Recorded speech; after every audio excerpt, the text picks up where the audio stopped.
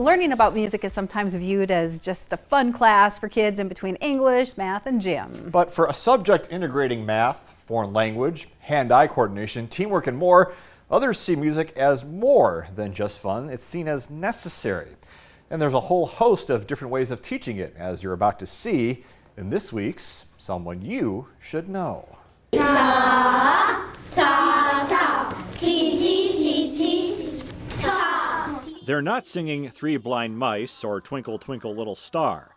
But these students at Fort Lincoln Elementary in Mandan are learning about rhythms in music by way of the Kadai method. Do, mi, so, so. Do, mi, so. There you go. It was founded by Hungarian composer Zoltan Kadai. Yeah.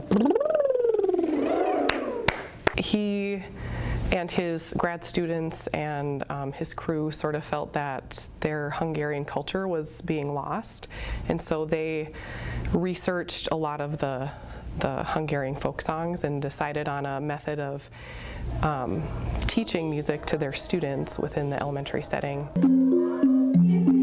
Bernier says the Kadai method consists of solfege, which is do, re, mi, fa, sol, la, ti, do, as well as hand signs and specific ways of teaching rhythm. Instead of teaching concepts of music or just letting students sing and play, Bernier says the Kadai method ties it all together. They're really becoming musicians, which is really fun to watch, and they improvise, they compose, they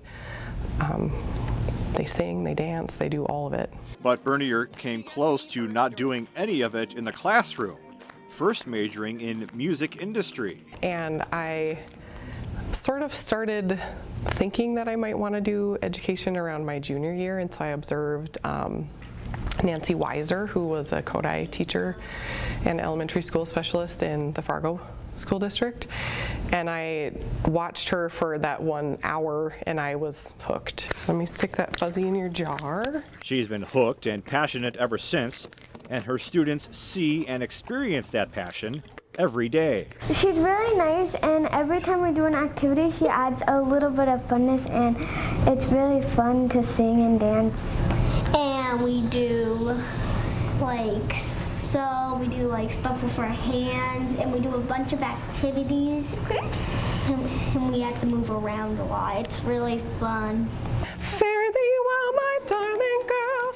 And while it can be fun teaching music, Bernier says it's more than that. Definitely my passion. Music gives them that creative outlet that a lot of them need in order to, just feel whole as a person, I think.